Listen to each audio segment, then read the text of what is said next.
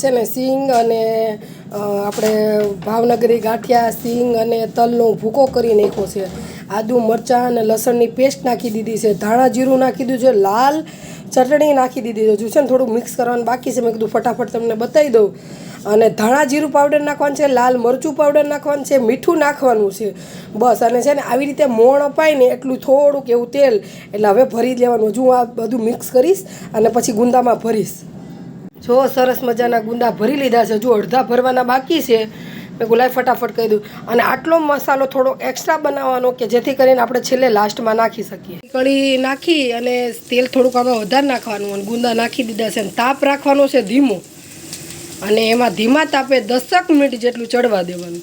જો ચાકુની મદદથી જોવાનું કે કાચું છે કે પાકું. આપણે ચાકુ આમ ખૂતાડશું ને એટલે આ હવે પાકી ગયા છે. એટલે મતલબ કહેવાનો મતલબ કે એ જેવું શાક આપણે જોતું હોય ને એવું બફાઈ ગયું છે. લાલ બનાવવા, લાલ તો હોય જ, પણ થોડોક કલર લાવવા માટે થોડુંક લાલ મરચું નાખવાનું અને નાખવાનું થોડું દહીં, અને દહીંને બેલેન્સ કરવા નાખવાનું થોડો ગોળનો નાખી શકો તો ખાંડ, એ નાખીને હલાવવાનું. સરસ મજાનું. એટલે દહીં એવી રીતે નાખો ને કે દહીં ફાટવું ન જોઈએ. વધેલો જે મસાલો હતો ને એ નાખી દીધું. હવે આને સરસ રીતે હલાવવાનું અને 5 મિનિટ જેટલું રહેવા દેવાનું, એટલે શાક થઈ જશે મસ્ત.